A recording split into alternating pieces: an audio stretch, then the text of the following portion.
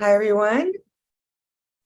Thank you so much for sharing your Monday evening with us. We have a really fun conversation. So this will be a conversation with Matt Raine, and Matt has been a member of Web3Collab for, I don't know, how long has it been, Matt? Almost a year. I feel like it's been Something like that. Yeah, quite really a long time. And we've done classes on NFTs together. We've done blockchain. We've talked about tokenizing, just about everything under the sun. And now he's here with a really super interesting project. And he's been very busy. And as we have. For those of you who are new, Web3Collab is an instructional school and community. We do a lot of paid courses. We boiled it down now to about 3, potentially 4 paid courses in blockchain, NFTs, DAOs, and DeFi. We had a great class on last Saturday morning where we talked about what happened with FTX and how to stay safe, and what the difference is between Uniswap with MetaMask and decentralized exchanges, and how to do your research, and will you ever really be safe if you invest in any of this stuff. That's who we are. And when you join Web3Collab, all the courses are free. And then we have a number of meetings where you can talk about your projects, which is something that Matt's done, a number of members done. We have breakout groups. And on the roadmap for us is we already have a member center where you can go in there and find an archive of all the materials that we've created together as a group. And now we're going to have a membership directory and a live chat. So if you come to a meeting like this, instead of going in the chat and trying to connect frantically, which everybody always does, you will have a chat that's related to the. All right. I think we're almost 5 minutes in. We have too many people to introduce everybody, but what we're going to do is Matt and I are going to have a conversation, and then I'm going to open up for about 30 minutes of questions. And so if you have questions as they come up, I can break into the conversation and talk about that. So here we are. We're going to get started. The reason we're all here is because Matt has started working on a project he started about almost a year ago. We've got Chris Crash coming into the meeting. He's got a great NFT project. Really great to see him here. And we've talked about tokenizing projects, all different kinds of ways to raise money. And Matt just went out there and has sold $30,000 worth of t-shirts, NFT-based t-shirts. Chris Crash has been to the NFT meeting, and we always talk about the importance of developing your concept, having a really incredible concept and spending time with it if you don't have one, to really build it out, to find interesting collaborators, and to have a community. So Matt's done all 3 things, but he's done it from a cold start, which means he didn't have a community when he started at all. He is a PhD in biogenetics. Did I get that right, Matt? So I want Something like that. Yeah. So can you give your background and kind of where you've gotten to at this point with deciding to use NFTs to fund your research project? Yes. So first of all, thank you for setting this up and for inviting me to come and speak to these people. I have no idea who in this circle is new to your thing and who's not, but I can't resist starting out by saying Elisa just has this amazing network of people. I just keep meeting incredible, smart, powerful, remarkable people through this circle. And so I'm glad chance to meet a few more of you guys. Yep. I'm a molecular geneticist by kind of background and training. And Elisa, do you want me to just kind of Jump explain in. Yeah, how that feeds into all this stuff? yeah, absolutely. Yeah, yeah. So, and I'm going to share my screen just to weave a visual or two in here if I can figure out how to do that. Let's see.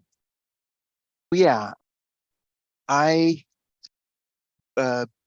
story that involves the interweaving of a couple different strands here. I worked as a consultant for a whole bunch of years. I used to fly continuously around the world consulting with scientists. And everywhere I went, I would bump into people who would say, would you please go back to the company that you're working for and ask them to please give us a piece of software that we desperately need to kind of unstick some bottlenecks in cancer research. And years were going by and we weren't making a lot of progress on that. It was driving me crazy.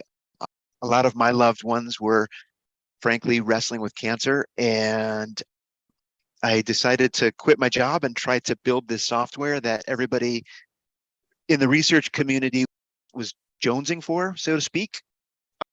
And it turned out I had no idea. These were days when I had never heard the phrase Web3. I didn't really know what blockchain was. All of it was, I was super wet behind the ears. But through the course of a long kind of learning journey, I came to understand that Web3 technologies fundamentally provide the set of solutions that unstick all those crazy bottlenecks that were holding everybody up.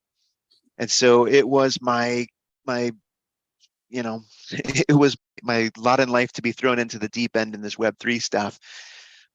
What you see here is a little screenshot of the software that my small group is making. This is a mass spectrometer over here on the left. And kind of the fun version of the story is that, let's see if I can go up here.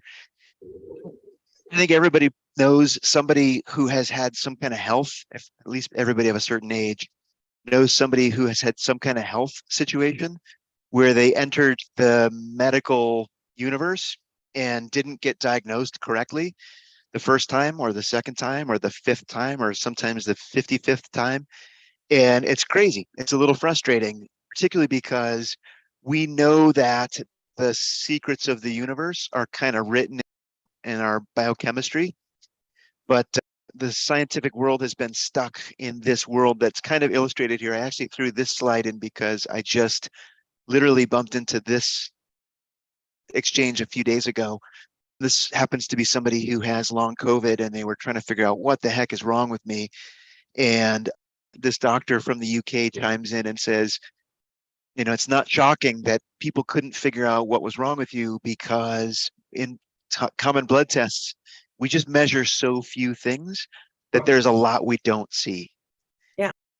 And that sort of points to the work that we're doing. Yeah, we're in the process of opening up the window to try to measure the 150,000 things that can be measured in a person's blood or urine or whatever it might be, and just open up the big picture to see what's going on.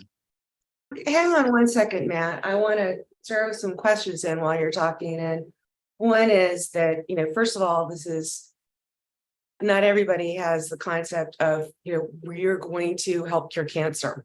Okay, so this is, wow, that's big wow. And yet I've seen you make this pitch so many times that even if you have a brilliant concept, something that people are super interested in, and we're going to get in why you chose to fund it with NFTs after this, but you have a brilliant concept. How difficult was it for you, and how did you learn to explain it to people who don't have a background in science, like me and probably everybody else here? Yeah, that's a really good question. I mean, honestly, the story starts with the reality that a lot of scientists are banging their head against this wall right now, and they're basically trying to address or advance a problem that relates to all of us. I mean, again, people of a certain age, I certainly include myself, just know way too many people who have been struggling with health issues, cancer, suddenly long COVID kinds of things. And so the story really starts with this urgency and this major glaring gap that so many scientists around the world have. And just the weirdest coincidence in this case that the technology that will unstick the stuff they're stuck on happens to be very Web3 oriented. Okay. And I think the way you've explained it is the best that I've ever seen you do, by the way. So I'm going to give you a little clap. Just conceptually, I think it's really works as a description of this concept. But you've really worked hard to get that story in a way that relates to people. I mean, I still don't know if I can even say mass spectrometry. You nailed it.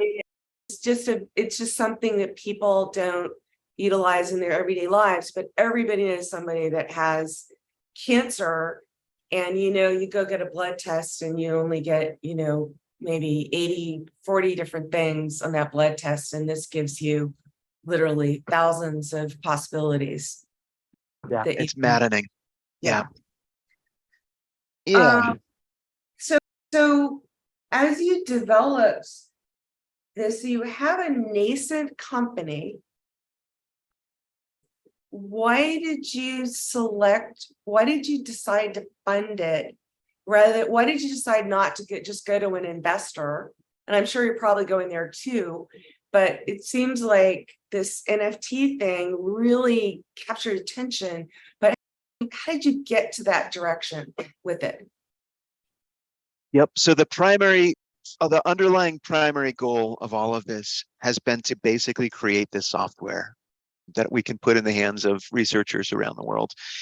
And while I was waiting for my developers at one point to, achieve some steps and finish a couple things that they were working on, I was getting ready to go speak to some angels and some venture capitalists.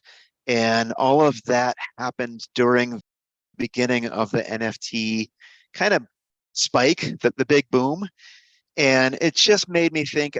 I've joked forever that I'm a frustrated artist scientist, and I have for the longest time just wanted to make art out of 3D molecular structures. I find them stupid beautiful.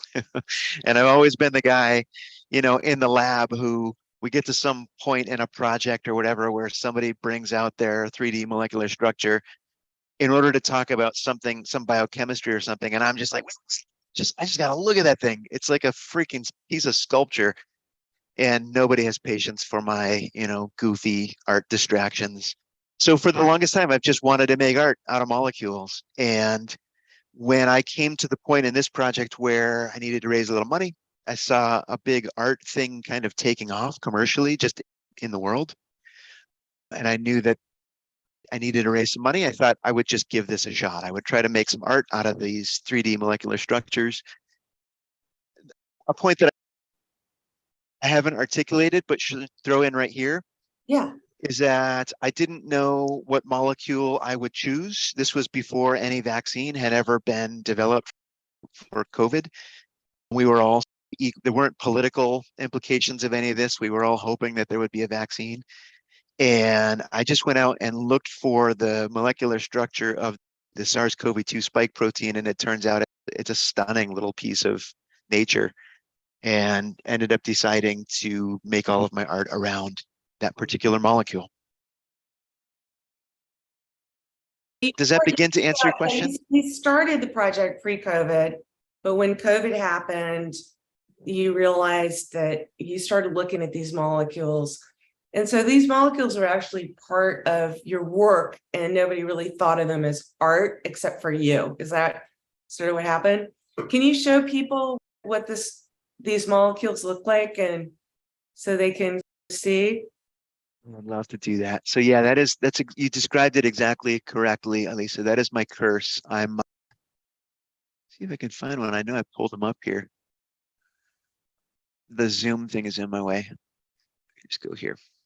You So can, yeah, go uh, ahead. so you can see the NFT versions of these things here. They're kind of neat to look at. This is a video that's just kind of looping through some of these 3D structures. This is a 3D model of the SARS-CoV-2 spike protein, as I mentioned. I'm just going to skip down to the bottom and get a live one. So this is one, some of them I have painted with kind of algorithms and color palette theory and all that stuff. But this particular one I painted by hand. A bunch of the NFTs in the collection were painted by hand. And this one is owned by a really good friend of mine, guy I grew up with. And you can see that I'm interacting with this thing. So I'm zooming in and out and moving it around. It's a 3D model that can be interacted with that way, just like people sell 3D models for video game characters and accessories and all that stuff for video games. We threw the molecule over into that realm. So this So, is a bit of the art. so in this thing, which I'm an artist as well, frustrated artist, and this thing, I find it beautiful. And I find it beautiful because it is, in fact, a real molecule, and it is the piece of the COVID molecule that was used for the vaccine. So, as a journalist, it has this reality to it, which is part of the concept. And, I keep talking to everybody about your concept, have something, that, really works. And I will say this also, art wise, that Matt, you didn't just take it and do a screenshot. You delivered it in such a way that not only does it spin, but you can also colorize it. And then on a touch screen, you can zoom in and go literally inside the molecule. So you've really done a lot of work on that. Did your team do that work, or did you figure out how to put it on a touch screen? Yeah, we start out. So I couldn't resist. Right before this call, I went out and found this little piece of animation that I made like a year or so ago, just to kind of put it all in context. So this is a full sort of zoomed out shot of the SARS-CoV-2 coronavirus. This is the COVID bugger. And all those little orange and yellow things are the spike proteins that hang out on the surface of that virus. Yeah, so we start out working with actual, sort of biochemistry software applications. And then I just go through a process of highlighting certain things and porting them over to more generic 3D model software tools. Yep, I go through a whole process that way. And the coloration I mentioned briefly, we're painting them and stuff. All of the painting schemes that we use have some totally scientifically relevant biochemical theme.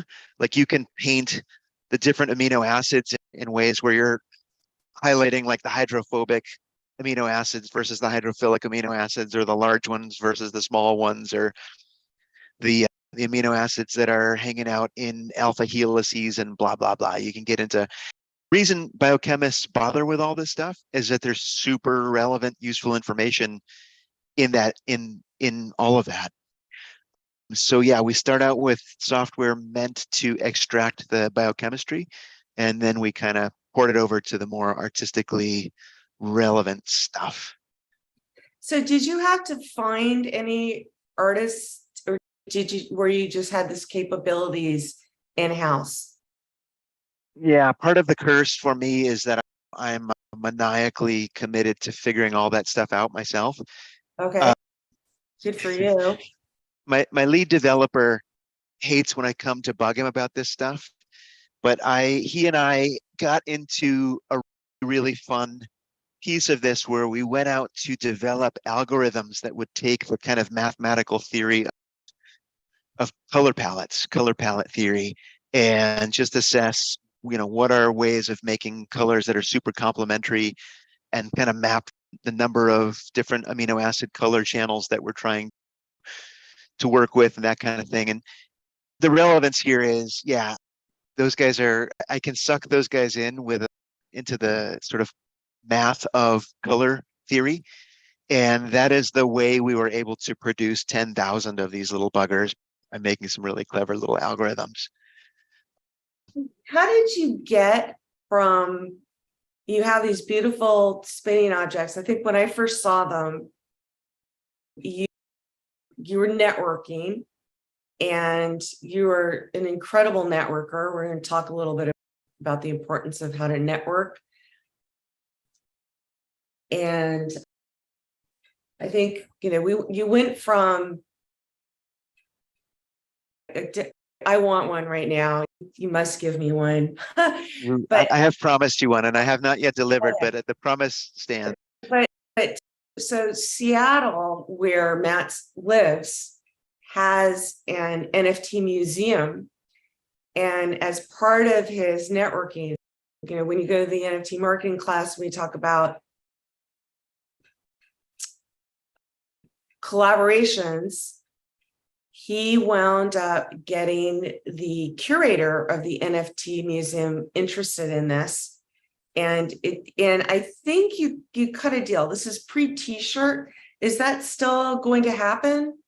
Or Yeah, we're working right now to, anybody here from Seattle? I don't know if there's a way to wiggle hands or anything like that. The NFT museum in Seattle is a pretty impressive place. And yeah, we're gearing up to do an exhibit there. Let me try to connect a few of these dots. Elisa talks about networking.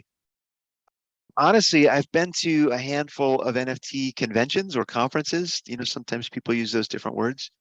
yeah, And it's amazing. I'm sure everybody here knows about this, but the just the generosity of spirit and the level of interest, people are super eager and open to hearing and helping and coming out of the woodwork to figure out how we can support each other. It's remarkable that way. I'm super grateful for all of that. which conferences did you find were the best ones for finding collaborators and helpful people? Because I know we're going to get to who the collaboration you found that really was the most successful, but just in terms of the conferences you went to, which ones were great, which ones were duds? Were any of them duds? I'm going to say no. I don't think any of them were duds. I think the duddiest thing about them is basically, getting distracted by your beer or your errands or your whatever. Because if you walk out into a crowd and you just kind of hold your chin up and ask people what they're up to and what they care about, I have just found in every conference, it's just really easy to meet. People want to meet each other and to help each other. San Diego, Can you yeah, name some of them just by name so that we know? sure, And maybe the month of the year? yeah. There's a SDNFT, I think it was in San Diego, has happened and it's happening again. I forget what they call it, NFT New York or New York NFT. Mm. There was actually one in Seattle just this fall. They're all, it's funny that one of the things that varies pretty substantially with these has been the size of the group. So New York is enormous. And to be honest, it can seem a little overwhelming. And this is part of the reason that I say, yeah, there were moments where I really did feel kind of overwhelmed and you can kind of get squeezed into your corner and you start to get, I started to get a little shy about things. And every time that happens, I just find, like I say, just put your chin up and walk into a crowd and just ask people what they care about. Ask them what has brought them to these places. Seattle was kind of little. New York was enormous. San Diego was something in between. I don't know how all of this will trend with the sort of bear market and the evolutions in the crypto space that we're seeing broadly. I think we'll all be learning those things together. But yeah, my biggest, We're gonna save that conversation for the end. yep. Talk about, we're gonna talk about that whole thing, but so you went to these conferences, and when you were at the conferences, how did you get from I met this person to I've got their phone number, I'm sending them a letter? Did you create a Google spreadsheet? How many people did you get per conference? I've done a lot of this, and I think a lot of people haven't done it, but how did you organize? Did you just focus on the most critical contacts, or how did you do that? Can't resist clicking here Yeah. as we're talking, just because we have this image right here. So this is kind of crazy stuff. And again, it's just a matter of putting yourself out there. I flew down to San Diego. Actually, I never ever would have gone to a conference, but someone that I met basically insisted that I do it. She more or less dragged me down to San Diego. So I showed up completely clueless, bumbling around, talking to people randomly. And through the wildest string of events, I ended up having what you see here. It was a keynote speaking slot. Just like didn't see that coming. I hadn't prepared any remarks, but there was a random moment where somebody was like, we got nobody to speak for these 15 minutes that are coming up. Stuck a microphone in my hand, shooed me up on the stage, and literally just had to make something up. And through that, I met like these guys and these guys, and this list is kind of old. Through all of that stuff, just putting yourself out there, you end up on podcasts and then, YouTube things. So it really is just a matter of just putting yourself out there and So, being, so and I'm Matt, not comfortable with that. I'm a very shy guy. Yeah, oh, please. very shy, very shy. How did you find the person who told you to go, insisted you go to that meeting? That And turns out to be a great question. Yeah. Mm. Yep. It comes back to the Seattle NFT Museum. So I just decided I was going to try to make some NFT art. I had never met anybody who had ever thought any of those thoughts. I started poking around the Seattle NFT Museum. In this case, Elisa, I saw that there was an exhibit coming up at and I literally went and looked up all the artists on LinkedIn and just DM'd them. wow, And the woman who ended up dragging me down to San Diego was somebody who I wrote kind of a form letter and said, hey, I'm really interested in all this stuff. I'm kind of trying to learn a little bit. I hit everybody who was presenting that week in LinkedIn. And literally this stranger, smart, generous woman just wrote back and said, wait a minute, what are you doing? Like, I got to hear this story. And she just replied, and she's a friend still. yeah. So it didn't happen by accident. That's a Uh, lot of work. It's a lot of, it's a lot of work. Yeah. I now, mean, and it's a lot of work, but sorry to yeah, interrupt you, but I have to say, yeah, it's got to be the funnest kind of work. Like it's the kind of work that you got to do with a smile on your face and kind of leaning in to just go have the fun. yeah. And that's one of the things that we talk a lot about, is that if you're going to do this, do something that you're willing to spend a lot of your life into, because then it's a joy to do. Otherwise, there's no point in it. There's no point in just trying to do a project to make a bunch of money if you don't really have some passion around it. And okay, so I wanted to ask this question: how much of your day, in terms of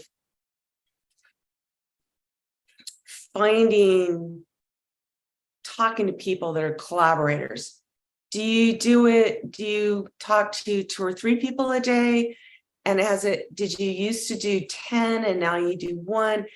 How do you map out your search for these people that can help you promote by just talking to them?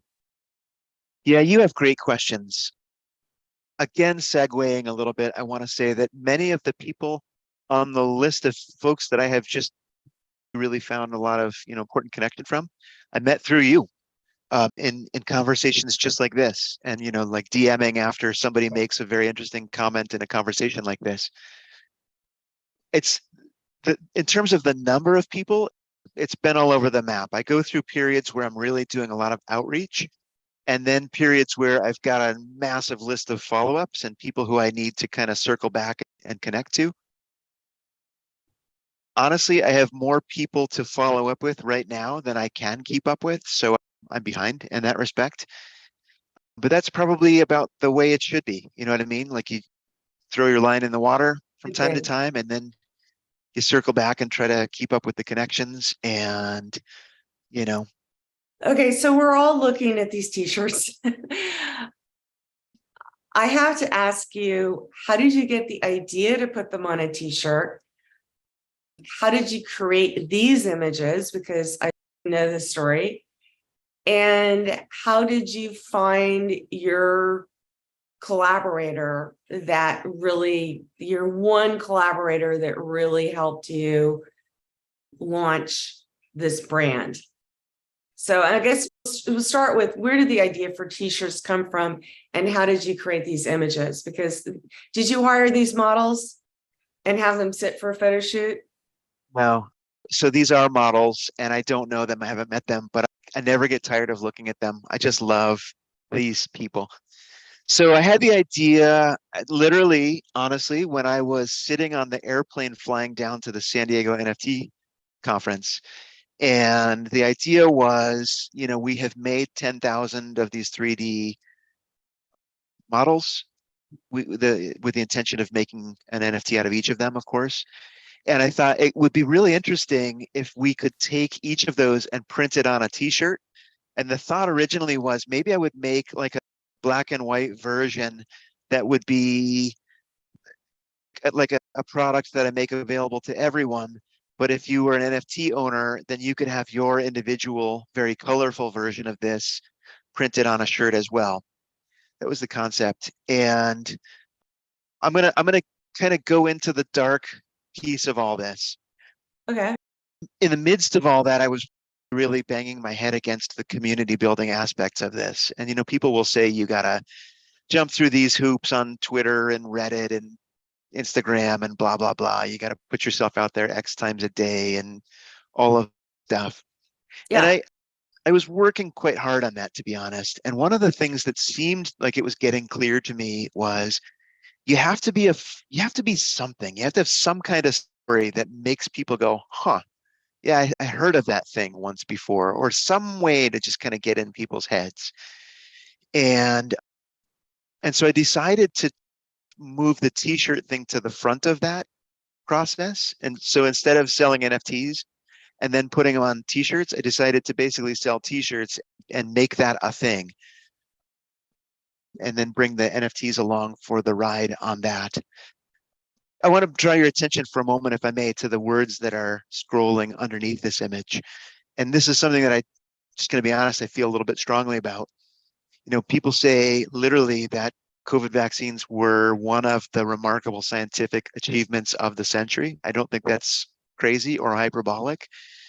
And, like I look around and I ask, when was the last time you heard anybody say thank you for any of this stuff? It's squeaky wheels here are all about kvetching and pissing and moaning about one thing or another. I can say with some confidence that all of those pissings and moanings that I've encountered are largely driven by misunderstandings. And a lot of people have put themselves out here. They've worked like crazy. They volunteered for clinical trials when we had no idea how safe or dangerous that might be. This is a remarkable collective action achievement we've just pulled off. And Mm. so part of my thing was, let's put a little thank you in the world and just create a way to acknowledge this thing that some people have done for us, but to an enormous extent, what we have done together. There are 5.4 billion people who just got vaccinated only because we bothered to give a shit about this. Forgive my French. So I've got two questions that came up in the chat thread. One is, why 10,000? That would be my question too. And do you still think that's the right number? And the second question is, did you consider coupling the ability to purchase a t-shirt with an NFT and apparently you chose not to? So why did you decide to do the t-shirts first? And we talk about that. Yeah.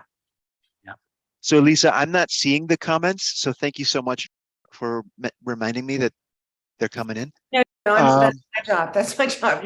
You're good. Awesome. Yeah. So yeah, I mentioned that, I kind of went from the NFTs to the t-shirts, and my intention has always been to kind of spin back to the NFTs. And actually, I'm just seeing myself in the camera. I've got one on. I just ordered a long sleeve one for the first time. There's a piece of this that I didn't really mention in that sequence. So in the course of making 10,000 of these really brightly colored ones, I thought it could be a really fun thing to basically create a light show where the individual sparks of light are literally these individual proteins that basically are choreographed. They're dancing around on a screen in a way that is a light show. And so the conceit there was, if you would like to participate in this remarkable light show that we're going to bring around the world and show in Times Square, and show in the lobbies of corporations who want to support this kind of thing, show in libraries, show in Children's Hospital. If you would like to contribute to this whole thing and also contribute to the cause for which I'm raising funds, remember all of this started out as an attempt to raise money for that informatics project that I summarized at the beginning. If this is something you want to do, contribute to that, then you can buy one or multiple sparks of light in this light show. T-shirt became a bit of a distraction and kind of the path back around to that thing. So we're getting ready to kind of relaunch the NFT component of it. But yeah, this has just been a long process of trying to basically get in people's imaginations, Elisa. I think that's a huge part of this. And also, like you have said a couple times, to build a community of people who would, give us a bit of their mind share for the conversation. So I'm going to circle back to the two questions that I think, the why 10,000 and the why t-shirts first, because I've got some ideas about that as well. But I think, the reason why everybody's here, one of the things is, how did you find, who was the collaborator that really launched these sales? And then we can go back around to the basics, like who printed the t-shirts and all that stuff. But what was the collaboration that really launched this thing for you? Yeah. So I have a bunch of collaborators. Yep. How did you find them? Yeah. I think you're probably thinking of these guys. And I just threw some images together to add a little visual interest to it.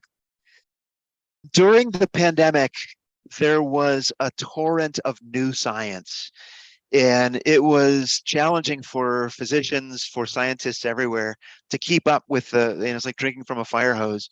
And these amazing people, who really are my heroes now, they already had a podcast series where one of these things is called This Week in Virology. And they basically made it their job to read the new literature every week and get together with 10,000 of their closest friends. My screen is obscured here. I grabbed this picture because in this moment, they're talking about the spike protein t-shirts, and this guy stands up during the podcast to just kind of show off that he's wearing his spike protein t-shirt. But yeah, so these guys built an enormous audience of physicians and virologists and infectious disease people. And I frankly waded into their circle and said, I've built this fundraising apparatus. It's driven largely by this vibe. I'm just trying to basically create awareness and appreciation for everybody in this ecosystem of science and medicine. And I will give you the fundraising apparatus. You can have it. You can just take all the profits if you want to advertise these things on your podcasts and invite people to come participate. And it's been amazing. This isn't the only sort of program for outreach. I've got a couple other partners and colleagues or collaborators as well. But through all the combinations of these things, we have now sold the T-shirts into, last time I counted, it was like 15 countries and 45 states in the US. And they're literally flying around the world. And I'm just starting to see a trickle of people in Twitter tweeting pictures of, like, the day they go get their booster shot and they're wearing their spike protein T-shirt and kind of some cool stuff. It really is turning into a way of waving people's flag of just support for the cause, which is So, very gratifying to me. when you approached them, the split was you keep all the profits. Is that the idea? And it's just Yep. promotion. So when you say you sold $30,000, that's what they sold, but it's all advertising for your future NFT project. Is that kind of the way this works? Mm. Or do you get Yeah, something back from that to finance your new company? Yeah, I want to be respectful of those guys. For one thing, that number, the 30K number, is kind of an old number. That was a number a while back when you and I were speaking. So that number has come and gone. We've sailed past that one. And yep. Nice. And yep, we've also kind of renegotiated those terms a little bit. Again, I don't want to get too into the weeds on that. Yeah. And I also have some other collaborators who are just basically helping to wave the flag and attract people's attention. I would greatly appreciate if any of you are sympathetic to the stories that I'm telling here. I would love any ideas you might have, or I'm always looking for influential people to help me put the word out, particularly as we're heading toward the holidays. To be honest, I want to sell $1 million worth of this stuff between now and Christmas. And yeah, I mean, So the reason why I'm not asking to, like, we want to create the factual record. I'm asking for other people that want to cut a deal with an influencer or a podcasting group like that. It seems like that was really a great way to get started, is just say you keep the money and then you launch the NFTs later, which is an interesting approach. And also, I mean, did the fact that, only 10% of the population has NFT wallet, but 100% of the market can wear a T-shirt, factor into this? Did you think about that? That sort of thing, even though, you're really appealing to, this is a blockchain project, so obviously it's going to appeal to blockchain enthusiasts, and it's a very small group. But how did that go around in your head when you were working through this business model, or did you just do it as it came up randomly and that's just whatever worked? It's funny. From the beginning, I would occasionally use the phrase art sale to describe the project that I had undertaken. And my head was so into the NFT thing. I went to the art sale because there was an art market in the NFT space. But gradually, I came to think more broadly about all those things. And I started to recognize that, the NFT marketplace is just one place where art is getting bought and sold. And there are other places besides that one. Honestly, the T-shirt marketplace becomes another, like, it's just an adjacent market where art is getting bought and sold in this case. And again, I think the story is compelling. I think the art attaches itself in this case to a piece of what I like to call poetry, for this notion of gratitude and awareness and appreciation of all the people who are right now participating in this whole big global collaboration. And the art's cool. From my point of view, I really love the art. What I've pulled up here to emphasize the point is, just in the last few days, I put these puzzles together and a few other things for kind of holidays. I was going to mention some of that stuff, but probably extraneous. Join. Th- We love, This is I love the puzzles. I think they're beautiful too. yeah, you know, this goofy thing I really see as a way to honor and kind of mark time. In my family, we have this tradition where we put a Christmas tree ornament that represents something that happened this year on the, we add it to the collection every year. And I just thought in my family, this is going to be a Christmas tree ornament that we can use to kind of mark 2022 and just acknowledge some of the reality of crazy stuff happening around us. Yeah, so it's an art sale fundamentally, and NFTs are one place where art is getting bought and sold. But took me a little while to basically open up my head to think of it more broadly that way. So Uh, which vendors are you using to put these on t-shirts on? I saw the puzzles. Is there one, or do you have a group that you can recommend to people that might want to go down this path? Yeah, so this was one of the discoveries for me that honestly was a little bit surprising. Shouldn't have been, but whatever. Like you don't make these discoveries until you make them, kind of thing. I was amazed to discover the extent to which humanity has organized itself around this kind of thing. So there are all of these vendors who basically will take digital art of different forms and become like a fulfillment distribution machine.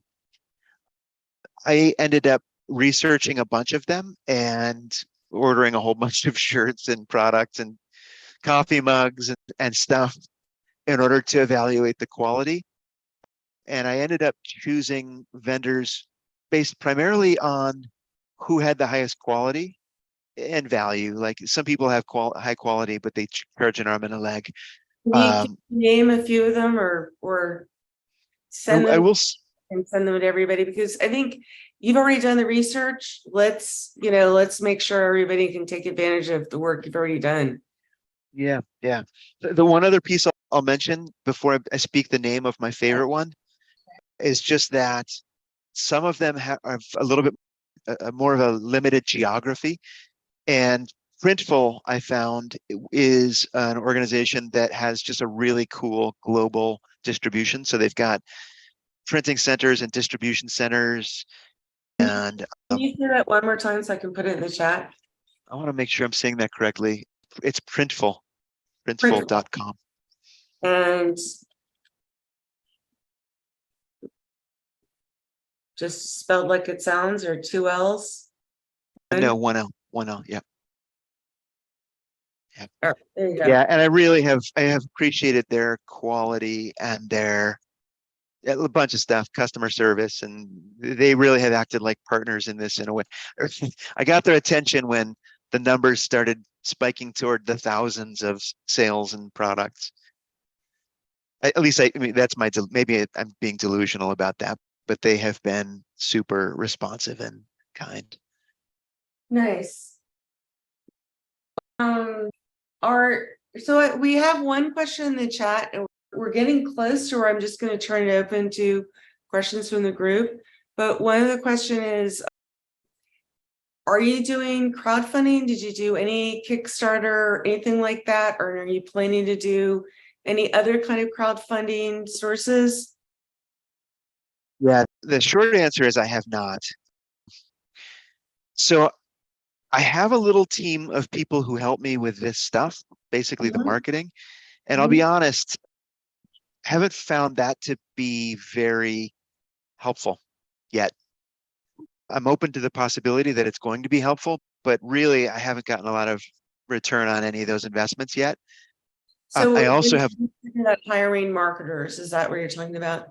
I have some marketers and I haven't, they haven't really moved the needle on the project.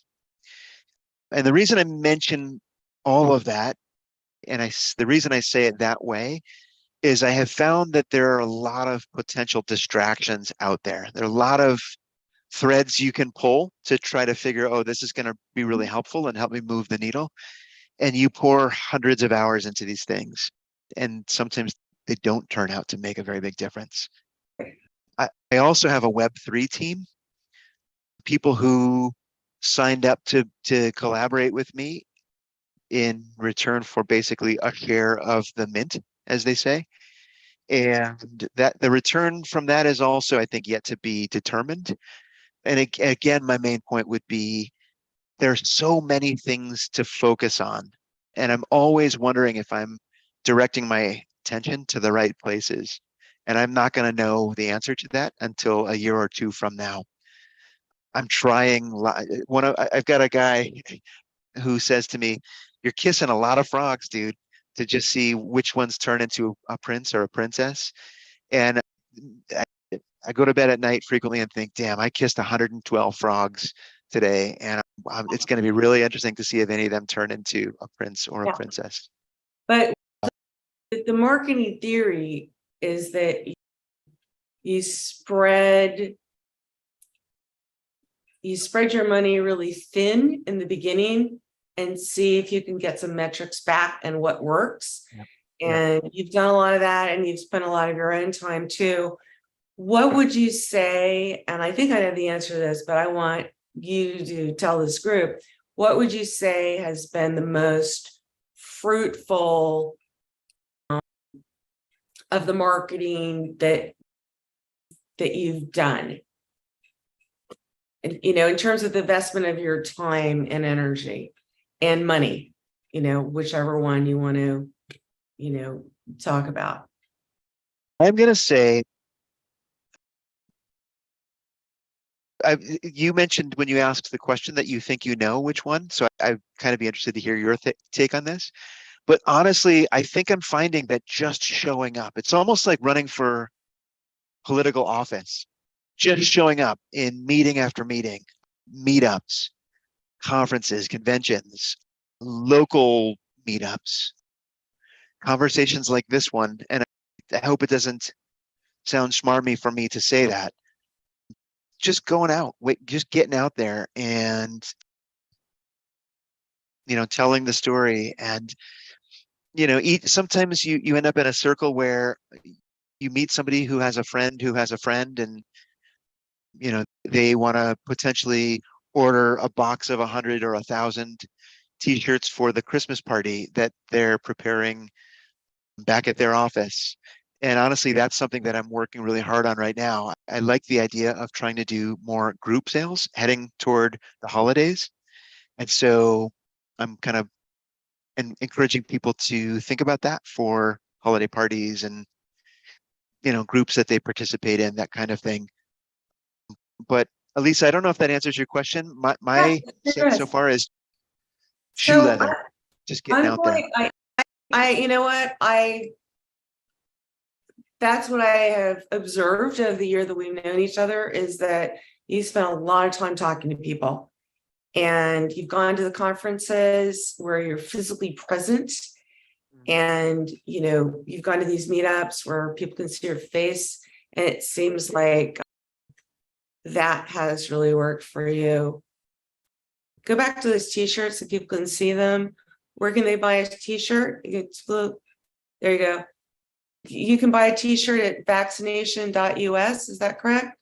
Yeah, it's down here on the bottom right. So long before COVID was ever a thing, for reasons that are weird and complicated, I bought the domain vaccinated.us, and I never did anything with. Yeah, Vaccinated ED. I'm going to put that in the chat. All right. thank you for doing that. It's a great idea. Yeah, and so this is actually just a live feed. This is that website, vaccinated.us. And yep, so you'll see just a little bit of explanation for some of the things I've touched on here. Just, what are we doing? Why are we bothering to do it? I love this. Wait, molecular art is a thing. Yeah, I think it is. And here I am, It's beautiful. more or It less is trying to. gorgeous. I mean, they have screensavers that have that. Can't remember what you call it.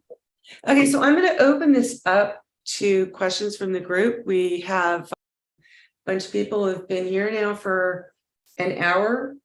And I hope I answered one last question that I would say is, how did you find and contact that podcast? That podcast is actually, the way you explained to me before, it's a podcast that scientists listen to. How did you hear about them, and how did you contact them? Because they're really one of your top promoters.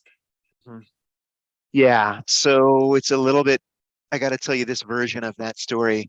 A friend of mine who is a teacher and has nothing, she's not a scientist in any way, just mentioned that podcast to me at one point in the height of the pandemic when we were all trying to figure out which way was up. And I started to listen to it religiously, and occasionally I would hear them basically asking people for money, trying to raise funds on the podcast itself. And I fell in love with those guys. They really did become my heroes, and I wanted to help them. So I just reached out to them and said, hey, this is a fundraising engine that I have built, and I just would love to share it with you. I think really it has turned out to be mutually beneficial. We've all extended our network through this whole thing and met lots of people. I have met hundreds of people literally through that thing who have now reached out to me and who, are passing the story along to their employers and their networks, their universities. So So, just a really neat seed crystal for some networking. so you're listening to this podcast. Can you just walk us through how you reach out to a very successful, high-level podcast? Because I would think, first of all, you have to find them, then you have to send an email. How did you do that? Yeah. So in the conversation that we've had here, we've touched on a couple kind of cold call experiences that I have had. I mentioned at the beginning of this conversation, the woman who I looked up just in LinkedIn. She turns out to be a creative director at Vaynerchuk. What is the whole Vayner NFT thing? She works there today. And she's just an ally and a champion. I'm super grateful for her support. Another cold call is the one that you just mentioned, Elisa. I know, I listen to these people speaking every week, so I knew their names. I just dug deep and went out to find them and find some contact information for them. Wrote a message that seemed a little bit compelling, and I cold called them an email. And, some percentage of the people who I reach out to write back. And that's just where I start. How many hundreds of people? Is it 100? Is it 50? Is it 200? How many For people? what now? For what, that I cold call kind of thing? Or that they have that you've called for relationships? 100? something like that. Yeah. No? To be honest, that'd be a hard number to count because, yeah, I'm just always doing it. Okay. But something like that. Yeah. All right. So I'm going to turn this over to the group. Again, Deb, you just put a question in the chat. Let's just go ahead and answer and ask it directly. And it's you guys, we're now on the question answer session. I gotta loop you in here. My meeting partner. Oh, My pup just arrived. Mexican dog. So again, Deb, are you here? Let me see if I can ask you. If you unmute, you can ask your question directly, or I'll ask it for you. Give him a couple of minutes. I think I probably. I have to say, while we're waiting, that I have an old friend named Georges Gautier. And Jorge, I have been distracted for this entire time, wondering if the odds are very small, but good to meet you. I'm imagining you're a different Jorge Gautier. Yes, that's correct. It's good to meet you. Yep, good to meet you.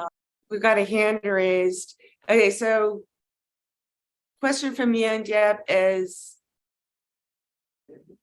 how and where do you find tech people to hire?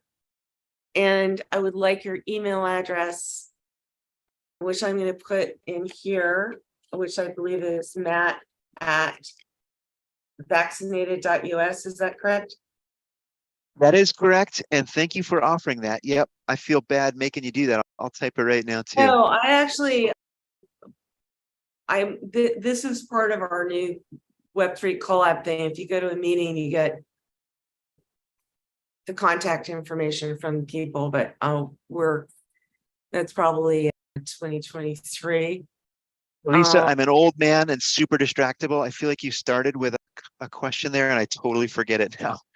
That and I did the question, but somebody had raised his hand, and whoever raised your hand just That would be jumped. me, Patrick. Okay, go for it. Thank you.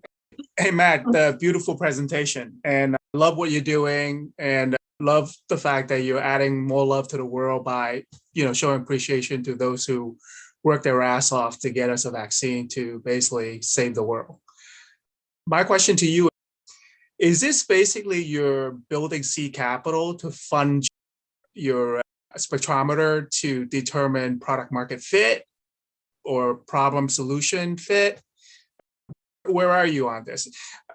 Just out of curiosity. Yep. Again, I pulled this up at the beginning of our call, kind of just in case this question came up. What I just pulled up on my screen, I think I might still be sharing my screen, is the actual software that we have been developing for the last 3 years. This is it. So what you see here is all of the, like everything in the blood of a person, in this case, who has a condition called Ewing sarcoma. A very good friend of mine and my son's had Ewing sarcoma when he was 13 years old, and this was one of the big motivators for this project. And so, yeah, we have software. So I didn't really go into the details about this functionality that everybody that I met around the world was clamoring for. I could go there. It gets a little in the weeds. But this is the thing that everybody was asking for in an early version, and it works. It's crazy. So like you can, here, I'm going to just randomly click on that red thing. Oops, it pulled up behind here. And what will happen here, it says fetching the spectrum summary. We can get the mass spectrum as a fingerprint for every one of the I think it was about 70,000 things that were measured in that individual person's blood. And we can do this crazy artificial intelligence to streamline the process of figuring out what each chemical compound in that person's blood is. And so we are right now super honored to have a killer proof of concept that proves that we can do this. We can perform these magic tricks. It works. This is a mass spectrum for that particular compound. And in our software, I'm literally playing with the software as we speak here, showing it to you. Yep, we've got a technology that works. I'm in the process of trying to raise money right now. The art has been really fun and interesting, but I'm also beginning now to look for investors. Didn't want to do that until we got to the point where we did have this level of proof of concept, just as a way, out of respect for those people. The risk is getting lower and lower every day. We have working software. Awesome. Patrick, does that answer your question? Yeah, it does. Thanks. So this is basically for, it's basically for, I guess, a lab to do this. It's not for like an individual where they send in a blood sample and then you diagnose and then you send them back results, right? Yeah, that's right. So the way this tends to work, so right now we know that we have too few clinical diagnostics. Like this is kind of the reason that I threw this slide in the mix. We know that we know that there's lots of stuff we could be diagnosing if only we could develop those diagnostic tests. And so the way this works is you put these tools in the hands of researchers in places like university labs and scientific institutes and stuff. These people are attached to diseases and conditions that they care about deeply. They make the tests, And then those tests get handed off to clinical diagnostics labs like Quest Diagnostics and other places. So what I say very often is I want to basically quadruple the rate at which we're introducing those new tests into actual clinics. So, a couple years from now, I can't resist doing this. This is a little bit of a random thing, but I just have to do this. When I'm giving that talk, I often put this slide up, which shows the rate at which recording media have arisen and replaced each other over time. You see their vinyl is blue and 8-track is pink, and then cassettes. And the reason I make this case is we all know that X years from now, hopefully a small number, like 2 or 3 years from now, what happens when you get a blood test is going to be radically different than what happens right now. This is just, the universe is totally pent up, waiting for the next generation of clinical diagnostics. And we believe that we're going to make that happen. We're going to usher that in. The next color on the clinical diagnostics version of this kind of graph. It makes sense the way I wove in that really random little graphic. Did I lose you? I totally understood it, and we all want to invest, right away, but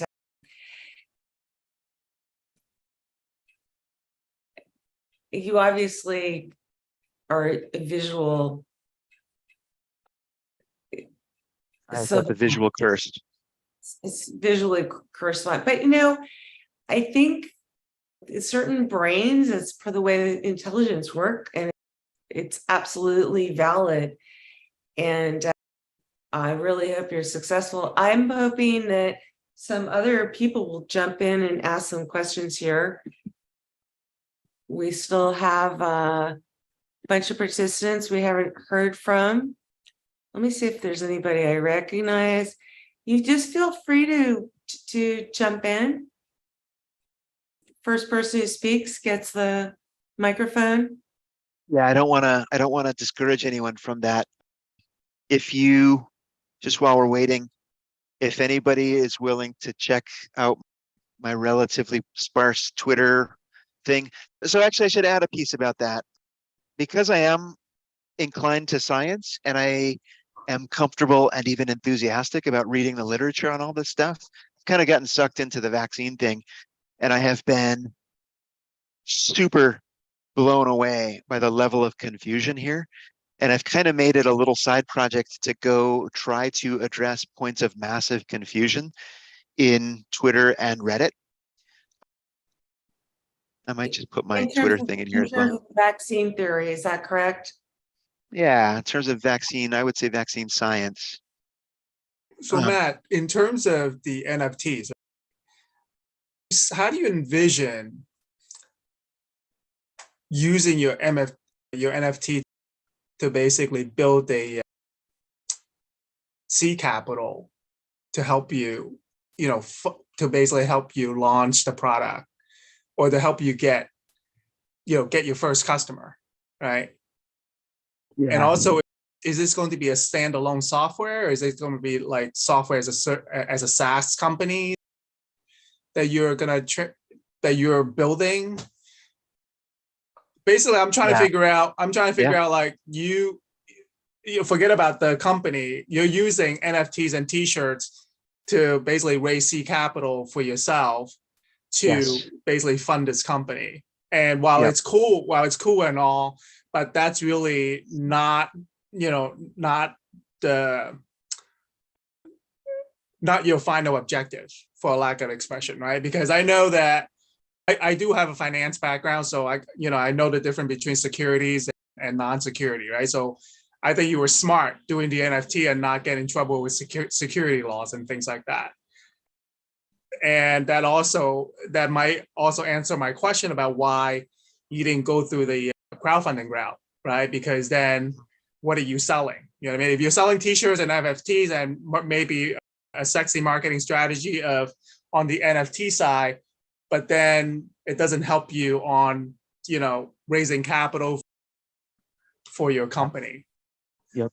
So my question to you is like, how, do you have a plan in terms of marrying the two, or maybe building a bridge to say like, hey, you could buy this NFT for for a lifetime. I don't know if possible for a lifetime or for X number of tests, then it's not fungible. I don't know. I'm just throwing out ideas in terms of how you marry the two so that it become a clear path. So that when an angel investor look at it and say, okay, Matt, it's pretty smart. He's actually bootstrapping it using NFT, And by the way, because the fact they're in a bear market, I think, it's a beautiful opportunity for you to basically, capture basically the long time discipline holders at NFTs, and then I think it'll be interesting as long as you're not offering security or a stake in the company. Right. I think if you're offering as a service or something, it'll be interesting to see how that will play out. So what are your thoughts on that? Yeah, there are two pieces of it. And in this particular group, because it's kind of a Web3 oriented circle of people, I'll mention both quickly. One thing, on one hand, it's kind of like a bake sale to raise money for, your kids' daycare. Mm-hmm. The fact that you sold chocolate chip cookies doesn't necessarily have a lot of bearing on what's happening over at the school. Mm-hmm. It's just you needed a few dollars to buy, some supplies to keep the kids in crayons, more or less. There's a component of this that is like that. I'm selling T-shirts and NFTs just to raise money. Mm-hmm. But there's another piece that gets to some of the things that you mentioned, Patrick. And again, there are many dimensions of the story. I'm trying to simplify a little bit here. Have you ever heard the term data DAO? So yeah, data DAO has become a little bit of a sexy thing, and it relates very directly to what's going on here. To my way of thinking, this is the coolest data DAO the coolest data DAO opportunity that I have yet encountered, and I'll try to tell you why. So right now, there are, I mentioned that this is a mass spectrometer kind of pictured behind this dude's hand over here on the left. There are, I don't know, there are 100,000, 500,000 of these things scattered around the universe in very sophisticated analytical chemistry labs right now. And each of the people who identifying, and I'm just going to get silly here and random, maybe somebody has figured out what this particular compound is that sometimes you find in blood, and somebody else has figured out what this one is, and somebody else has figured out what this one is, and somebody else has figured out what this one is. It turns out that the reason people can't identify these things right now is that there literally isn't a data structure to organize all of that information. So the information about what this one is sitting in somebody's, I'm getting a little bit cute here and poetic, but in the digital equivalent of somebody's dark desk drawer, in maybe China. And this one's in somebody's drawer in Italy, and this one's in somebody's drawer in Romania. The challenge is, and I think nowadays it's almost impossible to believe this because these problems are so frequently solved. The problem we have is there isn't a data structure that allows all of these people to put their data in one organized, coherent basket and make it available to everybody who needs to know next Tuesday, what is this one, or what is this one, or what is this one?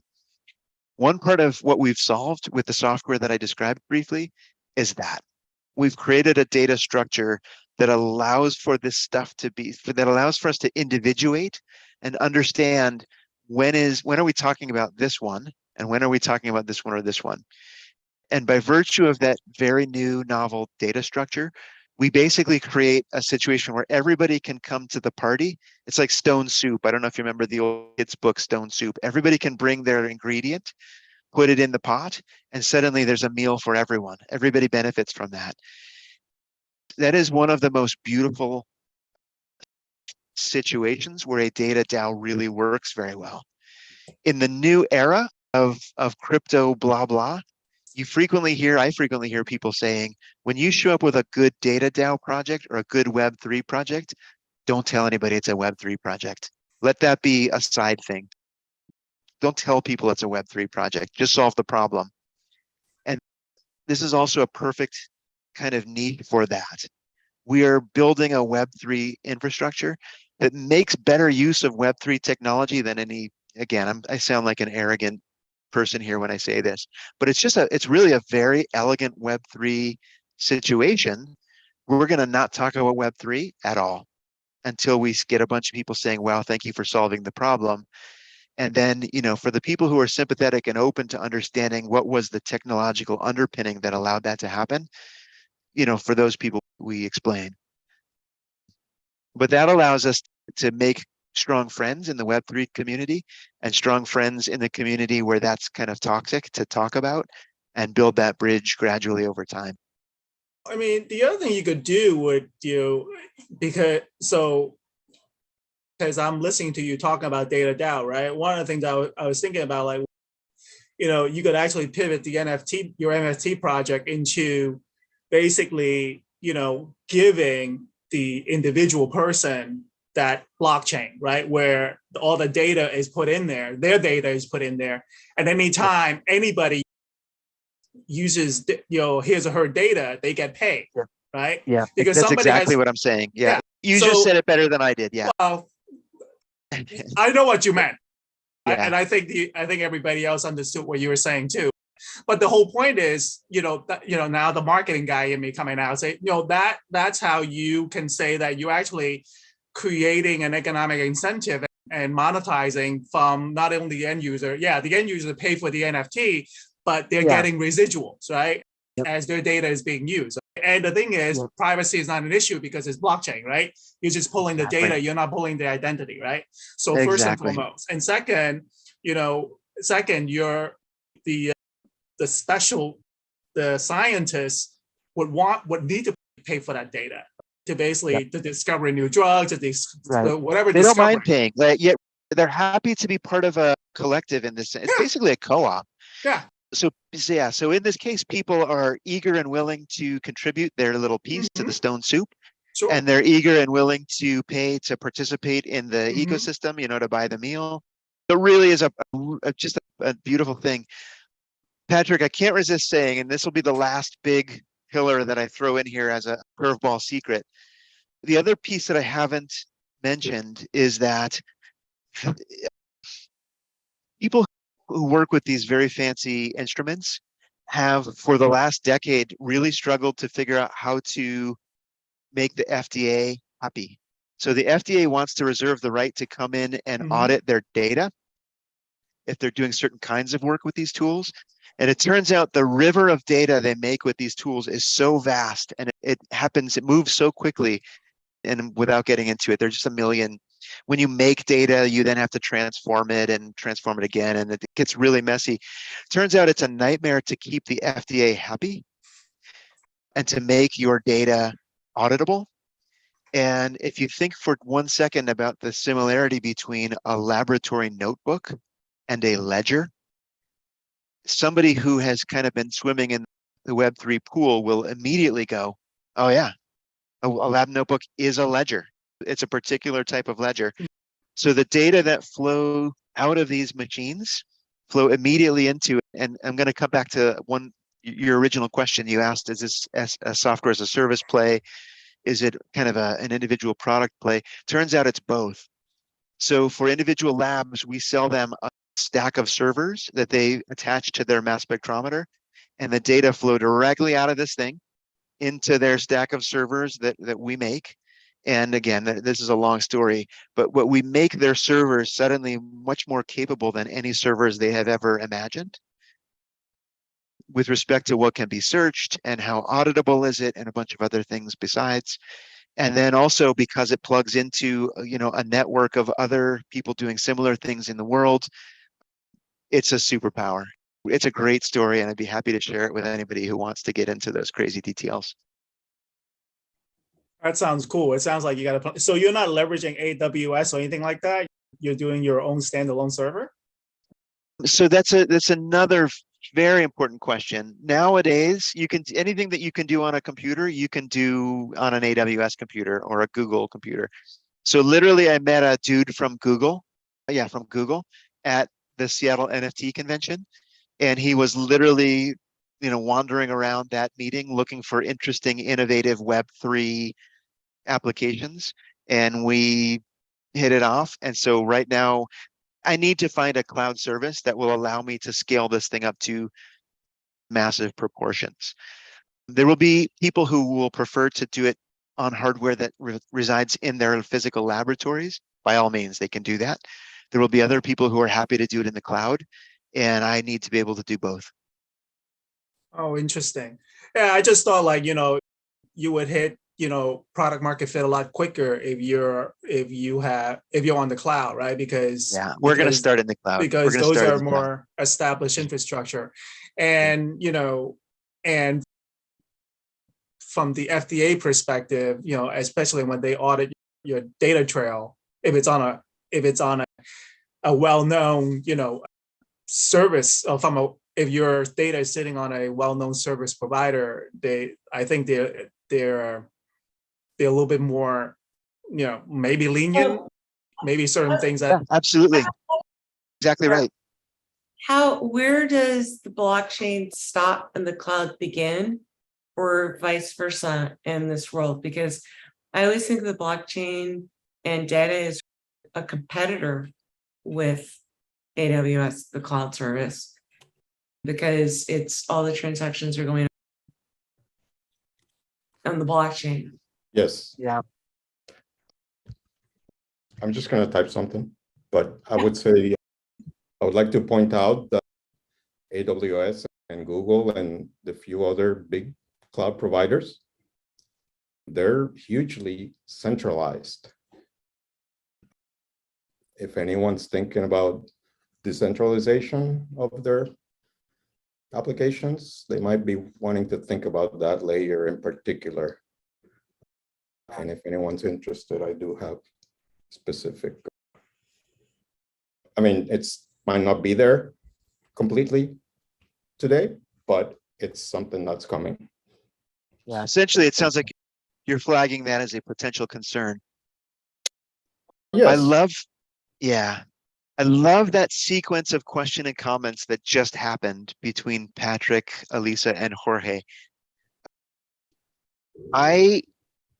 So this is another one of these places where I can get into the weeds, and I'm going to try not to. So blockchain is fundamentally an interesting trick of math.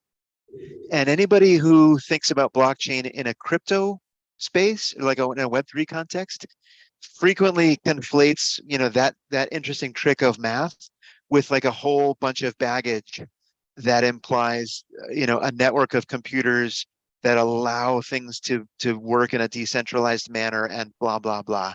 Like absolutely all of that stuff all comes into play.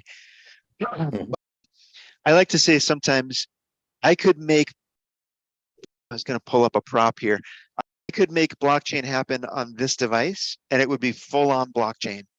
Or I could do it with mine and your phone, Patrick, or we could get a network of a squillion machines, and that could also be, an instance of blockchain.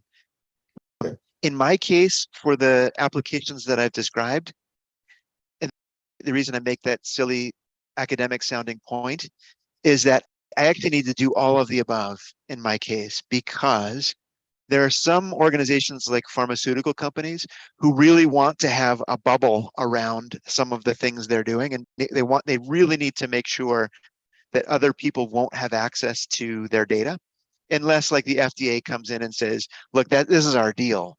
Because you operate in this space, we get to audit your data, and everybody gets that. But so they want to live in a bubble, and I need to basically accommodate that. So sometimes blockchain will live on, let's say, a little cluster of computers that we stick in their laboratories. But also, anybody at Pfizer or any pharmaceutical company you might name also likes to use Google or Wikipedia or, Google Maps or the regular tools that we all use every day to get our work done.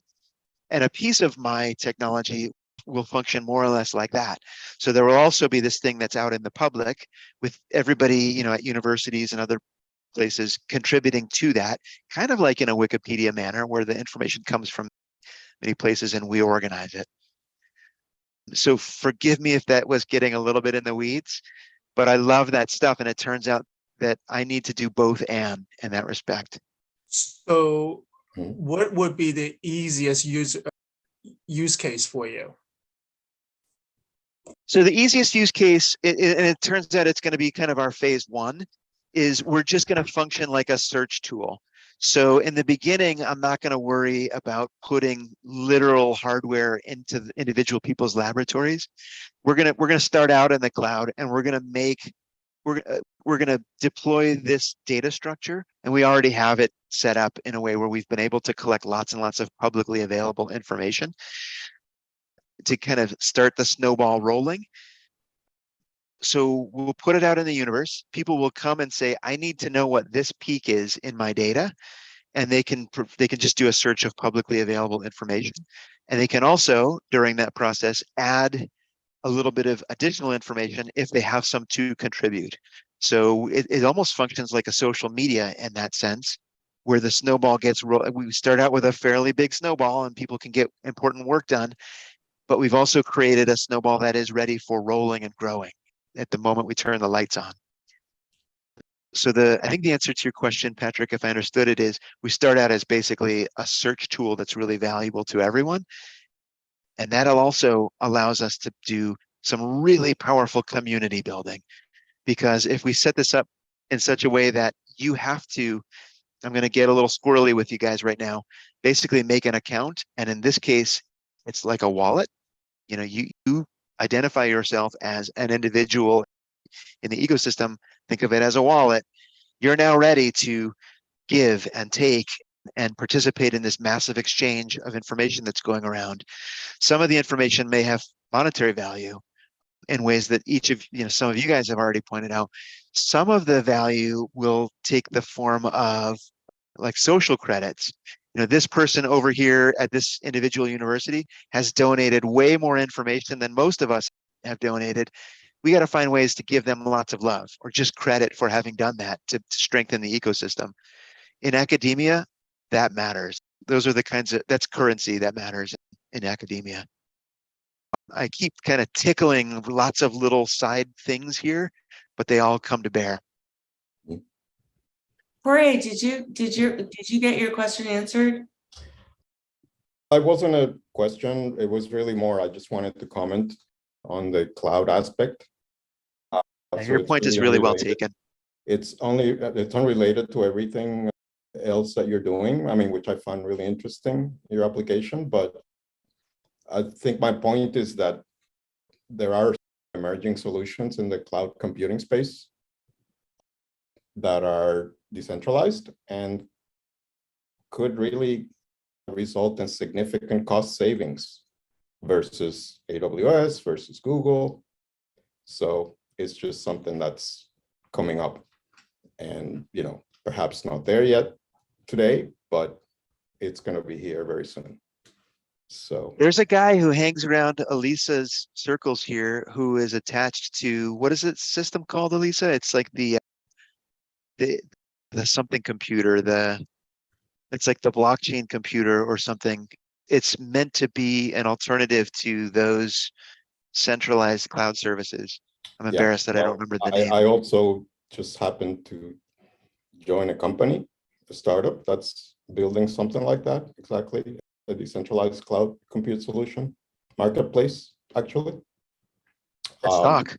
So it's called Akash Network, AKASH, just for reference. So yeah, I mean, I'm just want to point out that might be more cost-effective and perhaps advantageous solutions just to the cloud compute component. Basically, I think like Wasabi is one of them, right? And I think of course there are alternatives. Yeah, I'm just talking about the one that I know for sure. Oh yeah, yeah. I think Jorge, I think you made a good point about centralization, decentralization, because you're right. Decentralization does align with blockchain, right, and NFT and things like that, and that would definitely have that level of privacy that for the individual. It makes a lot of sense. I really was just commenting on the cloud computing layer of your application. Yes. The cloud aspect, I appreciate that. you want to run something on the cloud, that's it. Other things I can't really comment on too much, even on blockchain or anything, but I'm just saying that there will be cheaper cloud compute solutions than AWS in the very near future, if not today, depending on what you're doing. So I'm just very hungry make to you learn guys about aware. those. Yeah, appreciate the comment. We haven't had enough money to basically move beyond a bunch of cheap boxes. I'm being a little silly Yes, again here, but a understand. bunch of cheap Yep. boxes in a garage. But Mhm. we're at a point right now where we need to scale up. So I'm very hungry for that info. Akash network, just look it up. I mean, it should just be akash.network, basically. Okay. Thank And you. I will look. a bunch of Just documentation. from You can look up.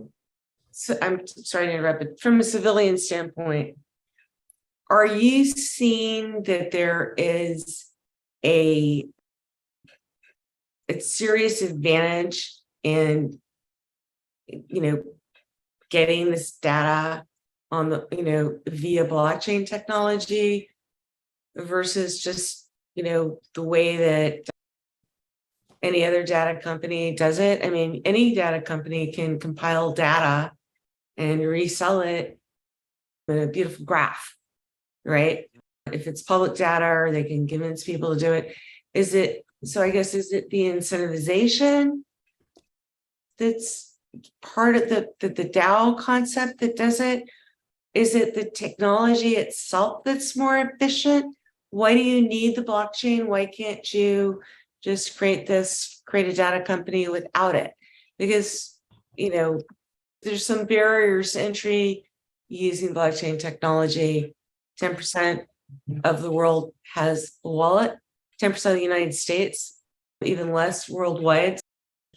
And then, somebody brought up FTX. We're not going to talk about that now. It does have this, you almost need to be 7x times better to put it on the blockchain. Yeah. So to my ear, there were a couple things embedded in your very good question. I can't resist making this point really quickly first. So this is a list of some very high profile databases that Mhm. humanity has been building for the last decade to try to solve the problem that my little team has solved more or less. Everybody wants to figure out how to identify those compounds, as I mentioned. And toward that end, like these guys and these guys and these guys and these guys have been creating libraries full of mass spectra in anticipation of a future day when somebody can really figure out how to operationalize those mass spectra as fingerprints of identified compounds. The reason I start by emphasizing that is people have been putting this data together. They haven't solved the problem. Just having the raw data in these beautiful databases hasn't been enough. And it turns out what was lacking was the data structure and also some other stuff. We use a very fancy proprietary semantic database, blah, blah, and some really cool artificial intelligence, blah, blah. So what we have brought to the party is the mortar that allows us to take these bricks and turn them into a building. That's the first thing. One thing I will add, Elisa, because you and I kind of touch on a comment you made there from time to time. I think it's becoming true that you can more or less force a wallet on someone without that person knowing that you've just done that. And I would say that's becoming a newish piece of technology in Web3. So if you know, for example, something like an email address, which is itself uniquely identifying, you can use that as a surrogate for a wallet in a way that allows you to accomplish all of the work that we think of as wallet work in this space. And then you can either associate that with a proper crypto wallet or not. There are different ways to handle that at a future state, if and when they ever care to do that. This again gets kind of down in the technical weeds and maybe further than I'm qualified really to go. But I think the point I would make is the one problem that I think you're shining a light on, I think turns out not to be really a big problem. Like we don't have to worry about the fact that only 10% of people are sympathetic to this whole thing. There are ways to work around that. Yeah, I mean, so Matt, let me ask you. So you mentioned like you're basically creating a unique data structure in combination with AI. Is that correct? I mean, are you? Yeah. are you filing a patent on it or anything like that? Or is Yeah. this, you are Yeah. filing a patent on it? We are, but honestly, I'm also feeling like most of what we do, nobody's going to be able to figure out. It's just lots of trade secrets too. And even if I say to you stuff like we're using semantic database technology, which I don't, so I know lots of computer scientists, and I had no idea what this meant, who you say, do you know what a semantic database is? They have no idea. Or people talk about graph databases. People don't even know what that means. It's just fundamentally new ways of computing, as is blockchain technology. Different context, but I would say blockchain technology and graph database stuff, they're just new, strange beasts. So are you saying like you're not able to file a patent, or are you able to file a No, patent? yeah, Because we got a couple things that a couple things we're Okay. working on patents on right Okay. now. Yeah. Yeah. I mean, yeah, in terms of the wallet, the adoption rate, I agree with you. I mean, it's going to be like emails. You're going to have like a bunch of emails, and your email is just nothing more than an account with a bunch of messages that happen to be stored in a single database. Whereas, medical data or whatever that you're doing, I envision that you're going to have, a complex database system tied to the individual. And it could be many things. It doesn't have to be medical data. It could be financial data. It could be, other things. So Yep. yeah, I think it's great. Anyway, I got to hop. Great, Matt. Thank you for the presentation. Yeah, it Please was reach very out if you're educational. inclined. Yeah, are you on Very good to LinkedIn meet you. and Twitter or both? Each of Or? those things, yeah. Okay. And I threw Yeah. some contact info in the chat here. Maybe Elisa will shoot it out Fantastic. to this circle of Yeah, people as well. All right. too. Okay. And Thank you, Elisa, for setting this thank up. you so much, You guys have a Matt, great day. Bye-bye. for joining us. And I'm going to do one last, I'll call for questions if anybody wants to jump in. If anybody knows a group that's looking for T-shirts for their Christmas party or knows someone who's very influential on social media, please reach out. I'm looking for that kind of very tactical love at this point. Otherwise, it's a pleasure to make your acquaintance. Thanks for listening along.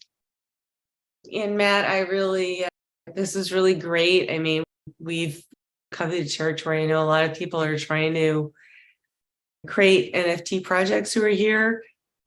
So we drifted off into medical research, but I think it really shows what you did to get started, work on your concept, reach out to a lot of people.